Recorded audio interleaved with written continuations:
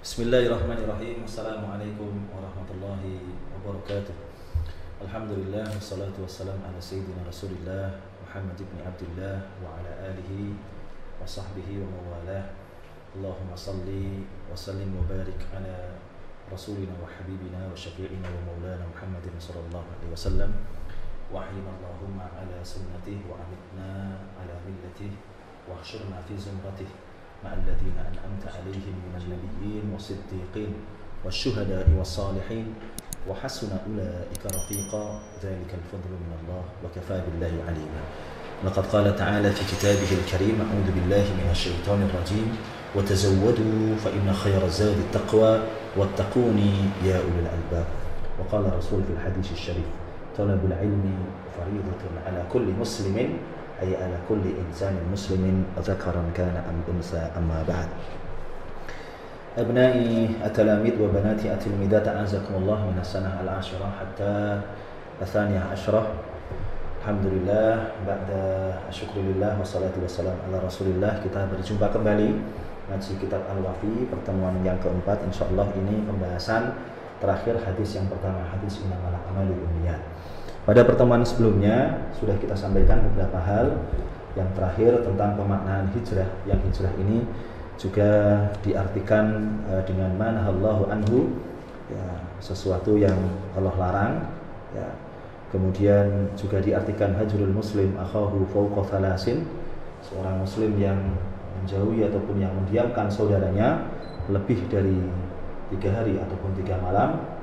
Kemudian diartikan juga wa hajrul mar'ati firasha zawjiha, seorang wanita yang mana menjauh dari kasur suaminya, artinya tidak tidur bersama dengan suaminya, yang mana hal ini sudah kita sampaikan kemarin secara perspektif fikih, secara pandangan fikih memang tidak dibolehkan. Ya, 2 hal terakhir yang kita sampaikan tadi. Abnai at-talamid wa banati at-tilmidat, a'azakumullah. Kita lanjutkan pembahasan, ya. Dijelaskan dalam kitab Al-Wafi ini, yufidul haditsu anna man nawa amalan salihan famana'ahu minal qiyami bihi udrun qahir. Hadis innamal a'malu binniyat ini juga memberikan faedah pada kita semuanya. Anna man nawa amalan salihan, bahwasanya seorang yang berniat untuk melakukan perbuatan yang baik, perbuatan yang saleh, famana'ahu minal qiyami bihi udrun qahir, ya, kemudian dia terhalang untuk melakukan amalan-amalan soleh itu karena adanya udzur ataupun hambatan yang benar-benar menghambat, halangan yang benar-benar menghalangi, min maradin, ya, misalnya halangan atau hambatan itu apa? Min maradin, ya, berupa sakit, atau wafatin, atau wafat, kematian, atau nahwi dzalik, atau yang selain hal tersebut, fa innahu yusabu alaihi, maka dia tetap mendapatkan pahala. Abnai at-talamid wa banati tilmidat, azakumullah. Dari sini kita bisa mengambil satu kesimpulan bagaimana niat ini sangat urgen dalam amalan soleh kita.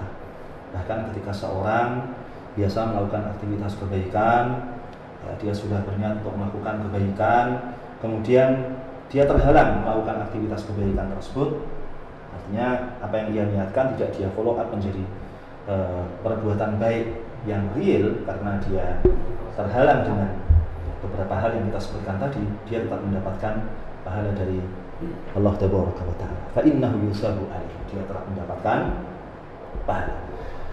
Ya, qala al-Baydawi, Imam Baydawi menyampaikan, wal a'malu la tasihhu bila niyyatin, dan berbagai macam amalan tidak sah tanpa adanya niat. Li'anna niyyata bila amalin yusabu alaiha, karena niat tanpa amalan tetap berpahala. Jadi ini penegasan dari apa yang kita jelaskan tadi, bahwasanya ketika seorang sudah berniat baik, ya, seorang sudah berniat baik, akan tapi niat baiknya ini tidak bisa di follow up menjadi aktivitas kebaikan, perbuatan baik, karena ada halangan yang menghalanginya, yang benar-benar menghambatnya, sehingga dia tidak bisa mewujudkan apa yang dia niatkan tadi, dia tetap mendapatkan pahala. Ya, berapa banyak amalan-amalan sederhana yang diniatkan oleh seseorang, akan tapi dia tidak bisa melakukan apa yang dia niatkan, dia tetap mendapatkan pahala dari Allah Taala. Semisal yang kita kisahkan kemarin ketika seorang berniat untuk bersedekah, ya, akan tapi sedekahnya tidak tepat mengenai sasaran. Malam pertama yang menerima sedekahnya adalah seorang pencuri, malam yang kedua seorang pezina perempuan, malam yang ketiga seorang yang kaya raya, yang sebetulnya mereka ini dalam tanda petik, ya, bukan objek yang ia tuju, bukan objek yang dituju oleh orang yang memberikan sedekah tadi, karena dia menginginkan sedekahnya benar-benar diterima oleh orang yang membutuhkan. Akan tapi karena niat solihahnya yang luar biasa, sedekahnya itu diterima oleh Allah Taala. Ini kuwatu an-niyah as-salihah. Jadi kekuatan dari niat yang solihah tadi. Ya. Maka di sini disampaikan di anna niyyata bila amalin yusabu 'alaiha. Karena niat tanpa amalan itu tetap berpahala. Bahkan kalau dalam riwayat yang lain dijelaskan, ya, niyatul mu'mini khairun min amalihi. Jadi niat seorang mukmin itu lebih baik daripada amalannya. Riwayat ini menjelaskan pada kita semuanya bahwasanya amalan positif seorang mukmin itu, ya, entah bisa di follow up menjadi perbuatan positif atau tidak, niat positif itu sudah dihargai dan dimuliakan oleh Allah Ta'ala. Sehingga disampaikan dalam riwayat tersebut, niyatul mu'mini khairun min amalihi. Jadi niat seorang mukmin itu lebih baik daripada perbuatannya. Kalau dia bisa memfollow up niat baiknya menjadi perbuatan baik, bagaimana? Oh, luar biasa lagi. Bisa dilipat gandakan pahalanya oleh Allah 10 kali lipat sampai 700 kali lipat sampai lipatan-lipatan yang tidak terhitung, sebagaimana kita sampaikan sebelumnya, tergantung kualitas keikhlasannya dan kualitas kesempurnaan dia melakukan amalan kebaikan tersebut. Sebaliknya kalau orang munafik dikatakan wa amalul munafiqi khairun min niyyatihi, dan perbuatan orang munafik itu lebih baik daripada niatnya. Kenapa dibahasakan semisal itu? Karena biasanya orang munafik itu, ya, istilahnya dia berinteraksi dengan orang dan sebagainya seakan-akan baik, akan tapi ada niatnya tidak baik yang ada dalam hatinya. Maka dibahasakan dalam riwayat tersebut wa amalul munafiqi khairun min niyyatihi, dan perbuatan orang munafik itu lebih baik daripada niatnya. Karena perbuatan yang dia munculkan itu biasanya tidak sesuai dengan niatnya. Niatnya tidak baik, tapi dia bermanis-manis muka, kemudian menjalin hubungan yang seakan-akan baik dengan orang lain, ya, padahal orang lain ini menjadi tragedi, ya, kadang-kadang. Jadi awalan-awalan yang semacam itu yang kemudian dia jadikan starting point, batu loncatan untuk kemudian melakukan hal-hal yang tidak baik pada orang tersebut. Tapi awalannya manis, awalannya bagus, awalannya baik dan seterusnya. Maka dibahasakan wa amalul munafiqi khairun min niyyatihi. Ya. Kita lanjutkan, li anna niyyata bila amalin yusabu 'alaiha wal amala bila niyyatin haba. Dan satu amalan yang tidak diniatkan ataupun tanpa niat itu haba, ya, sia-sia beratnya. Ya, kita mungkin juga pernah mendengarkan satu hadis yang sangat luar biasa, tapi hadis ini bukan berarti menakut-nakuti kita untuk melakukan perbuatan baik. Hadis yang menjelaskan orang-orang yang melakukan perbuatan-perbuatan yang pada dasarnya perbuatan ini sangat berpotensi mengantarkan dia menjadi ahlul jannah. Ada seorang yang ketika di dunia dia istishhad, dia mendapatkan syahadah, ya, dia diberi kekuatan oleh Allah Ta'ala, kekuatan fisik yang prima dan sebagainya.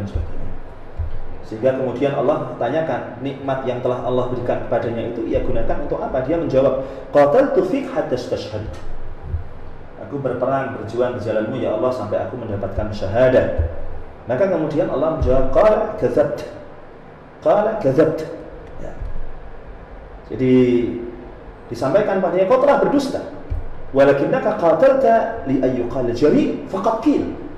Akan tapi kau berjuang, kau berperang lawan musuh-musuh Allah Ta'ala agar dikatakan bahwasanya jeli, engkau seorang yang sangat pemberani, faqad qil, dan kau telah mendapatkan sebutan itu. Maka kemudian orang tersebut ulqiya finnar, dihempaskan, dilemparkan di neraka. Orang yang kedua, orang yang alim, ya, orang yang diberi keistimewaan Allah, ilmu, kemudian juga membaca Al-Quran dengan baik dan sebagainya, menguasai Al-Quran.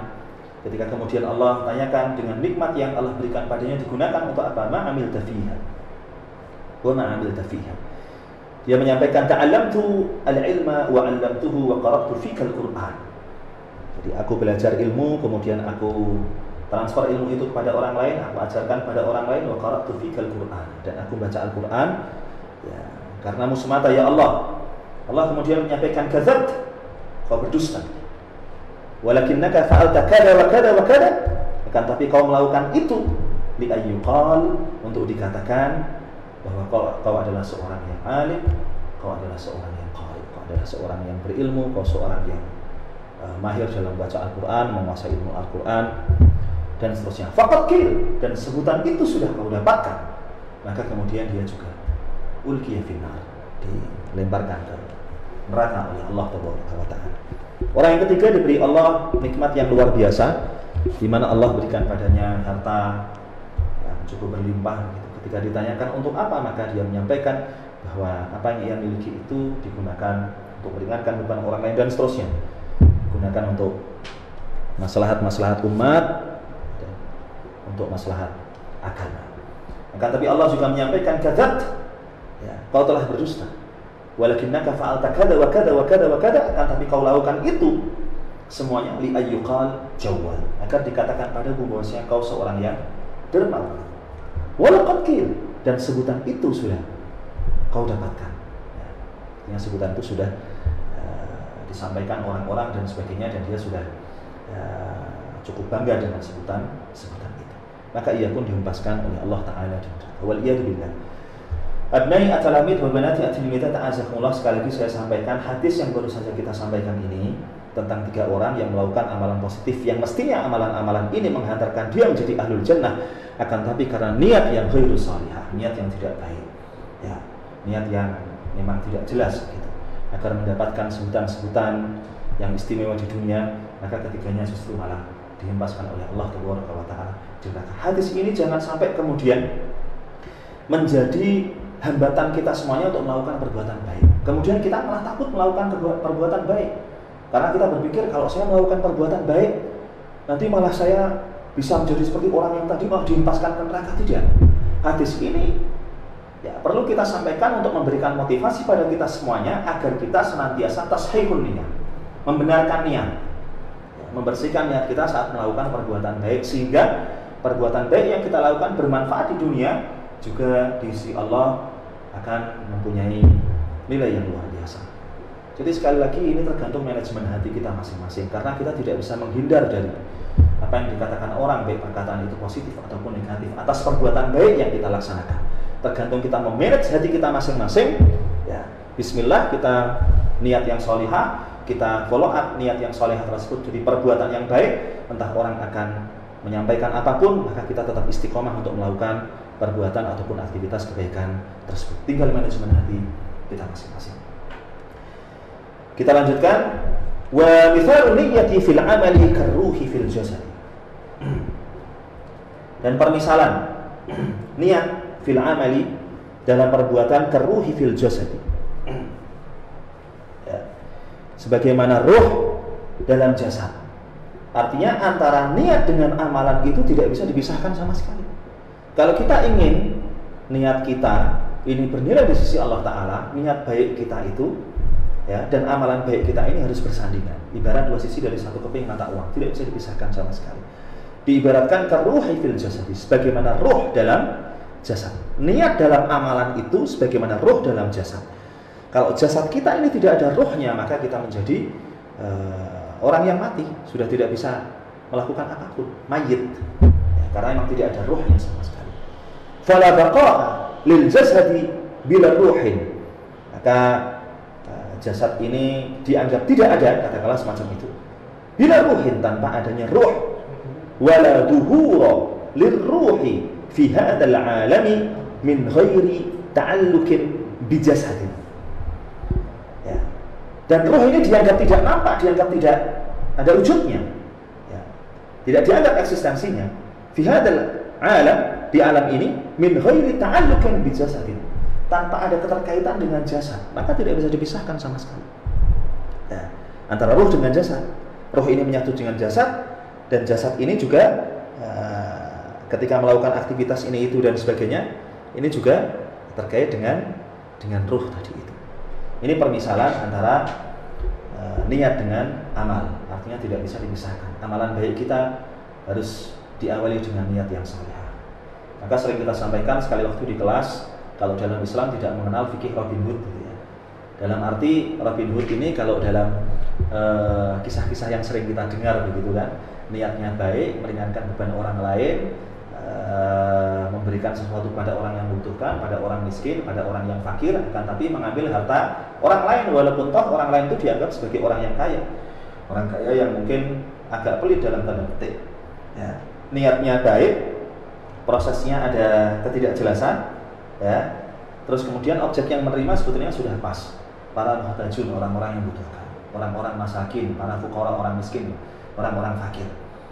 Akan tapi ini menjadi tidak bermakna di sisi Allah Ta'ala. Ya. Kalau dalam bahasa hadis yang lain, innallaha thayyibun la yaqbalu illa thayyiban. Sesungguhnya Allah Ta'ala zat yang thayyib, zat yang baik, zat yang maha bersih, dan Allah tidak menerima kecuali sesuatu yang thayyib, sesuatu yang bersih, sesuatu yang baik.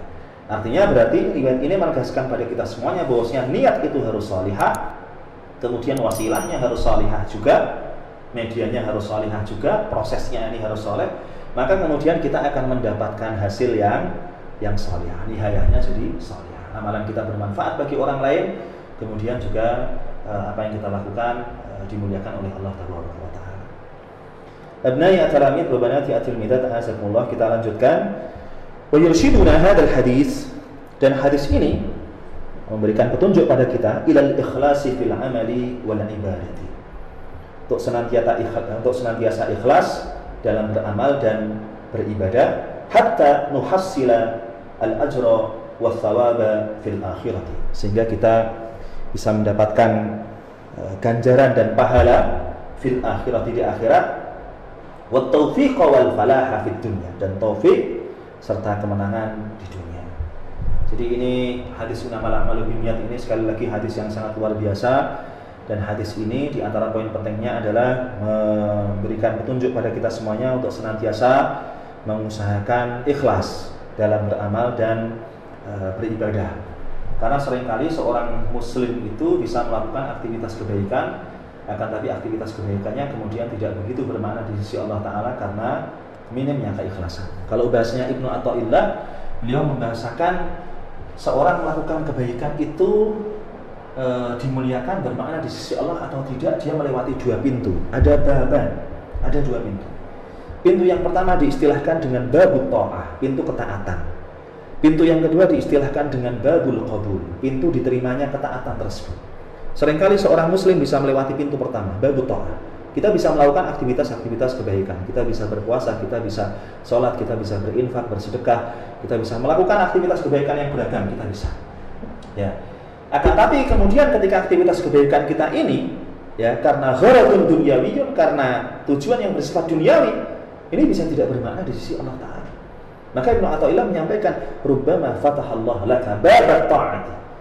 Ya, barangkali Allah membukakan untukmu pintu ketaatan, artinya kita bisa melakukan perbuatan baik, ibadah kepada Allah ataupun perbuatan baik yang terkait dengan hubungan horizontal kita kepada manusia, kita bisa. Wa ma fataha laka babal qabul. Dan Allah tidak membukakan untukmu pintu diterimanya kebaikan tersebut. Ya. Kenapa? Karena ada unsur-unsur lain ini. Kemudian beliau melanjutkan, wa rubbama qadara Allah 'alaika al-ma'siyah fakanat sababan lil usul. Dan terkadang Allah menetapkan seorang melakukan satu kemaksiatan, artinya dengan pilihan perbuatan dia, ya, dia bermaksiat begitu. Dan kemaksiatan ini kemudian menjadi media baginya untuk bisa sampai kepada Allah. Fakanat sababan lil usul. Kemudian di akhir statement beliau, Ibnu Athaillah menyampaikan, maksiyatun awrasat dhullan wa inkisaran khairun min ta'atin awrasat ajaban wa istikbar. Satu kemaksiatan yang kemudian memunculkan, mewariskan, artinya memunculkan, ya, kerendahan diri di hadapan Allah Ta'ala, ketundukan di hadapan Allah Ta'ala, khairun min ta'atin, lebih baik daripada satu ketaatan, awrasat ajaban wa istikbar, yang memunculkan, yang melahirkan, yang menghadirkan rasa ujub dan sombong. Waliyadzubillah. Akan dijelaskan di sini pentingnya kita ikhlas, mengusahakan untuk senantiasa ikhlas dalam beramal dan beribadah, hatta nuhassila al-ajra wa thawaba fil akhirah wa taufiq wal falah fid dunya, sehingga kita bisa mendapatkan ganjaran dan pahala di akhirat, dan mendapatkan taufik dan kemenangan serta kemenangan di dunia. Poin terakhir yang perlu kita sampaikan terkait dengan hadis ini sebagaimana dijelaskan dalam kitab Al-Wafi, kullu amalin nafi'in wa khairin yusbihu bin niyyati wal ikhlasi wa ibtigha'i ridha'illahi ta'ala ibadatan. Ya. Jadi ini paling enak menerjemahkannya dari bin niyyah ke sana. Jadi setiap amalan ya, yang bermanfaat, ya, kullu amalin nafi'in wa khairin, setiap amalan yang bermanfaat dan baik ya, dengan niat dan ikhlas dan mengharap ridha Allah Ta'ala, yusbihu ibadatan, bisa menjadi ibadah. Jadi menerjemahkannya memang digeser-geser. Kullu amalin nafi'in wa khairin yusbihu biniyyati wal ikhlasi wa ibtigha'i ridha'illahi ta'ala ibadatan. Jadi setiap amalan yang baik, setiap amalan yang bermanfaat dan baik dengan niat dan keikhlasan dan mengharap ridha Allah Ta'ala bisa menjadi satu ibadah. Abnai at-talamid wa banati at-tilmidat ta'azakumullah, sebagai penutup kita sampaikan satu hal yang mungkin perlu menjadi tadhkirah khususnya bagi kami pribadi dan umumnya kepada teman-teman sekalian dari kelas 10 sampai kelas 12. Bahwasanya mengusahakan keikhlasan dalam perbuatan baik, sekali lagi kita tegaskan, harus lepas dari kelebihan dan kekurangan yang kita miliki. Saat berbuat baik pasti sekali waktu muncul bisikan agar orang begini, agar ketika muncul bisikan semacam itu dilawan dengan keikhlasan, muncul lagi dilawan dengan keikhlasan, muncul lagi dilawan dengan keikhlasan, sehingga keikhlasan kita lebih dominan daripada yang lain. Mungkin kalau persentasenya 100%, 95%, 90%, mungkin agak sulit lah. Tapi paling tidak keikhlasan kita dalam melakukan amalan kebaikan itu lebih dominan daripada yang lain. Insya Allah itu sudah menjadi satu hal yang cukup baik untuk kita semuanya. Dan indikator seorang melakukan perbuatan itu ikhlas, ya, kalau boleh kita simpulkan, itu ada dua. Yang pertama dijelaskan oleh beberapa ulama, sebetulnya ini substansi dari statement Imam Ali. Para ulama menyampaikan seorang melakukan amalan ikhlas, itu indikatornya ada dua. Ini indikator primer. Yang pertama adalah ya'malul khair idza madahun nas aw dhammahun nas. Dia senantiasa melakukan kebaikan jika orang memujinya ataupun orang mencelanya. Maka tadi kita sampaikan, kita melakukan perbuatan baik, kita tidak bisa menghindar dari komentar manusia. Kadang mereka memuji, kadang mereka mencela kita, kadang mereka menghina kita, kadang mereka mengkritik kita, dan seterusnya. Ya, itu tidak masalah, mereka punya kebebasan. Ya, bahkan kadang-kadang malah mereka menjadikan apa yang kita sampaikan, walaupun toh itu baik, sebagai sasaran tembak untuk menjatuhkan kita. Jangan sampai saat kita melakukan perbuatan baik, yang jadi standar adalah pujian manusia ataupun kritikan manusia, celaan manusia. Sehingga saat dipuji, kita kemudian semangat untuk melakukan perbuatan baik berikutnya. Ketika pujian itu berhenti, kita berhenti melakukan perbuatan baik. Ketika kita melakukan perbuatan baik, dicela, dikritik oleh orang-orang lain, ya, terus kita mandek dengan perbuatan baik itu, jangan sampai. Kalau kita yakini bahwasanya yang kita lakukan itu positif, baik, bermanfaat bagi khalayak, dan sudah kita manage hati kita, entah orang akan memuji atau orang akan mengkritik apa yang kita lakukan, tetaplah jalan dengan kebaikan tersebut.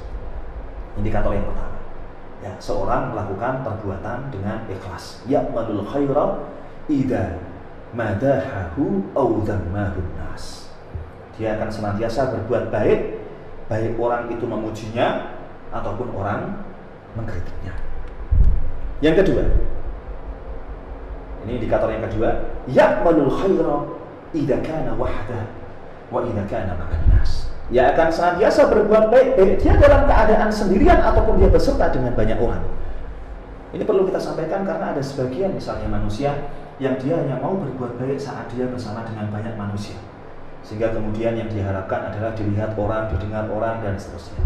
Sekali lagi, kita tidak bisa membatasi pujian orang, kritikan orang, tidak bisa. Tapi indikator amalan ikhlas, indikator primer yang kedua adalah kita senantiasa berbuat baik, istiqomah melakukan aktivitas positif saat kita bersama dengan banyak orang ataupun saat kita sendirian. Penurunannya tidak tajam, bahwa ketika kita bersama dengan banyak orang, kita lebih semangat melakukan kebaikan, itu aja. Tapi prosentasinya tidak terlalu jomplang dengan saat kita sendirian. Misalnya dalam aktivitas kebaikan yang sama, kita sendirian kita menjaga aktivitas kebaikan itulah.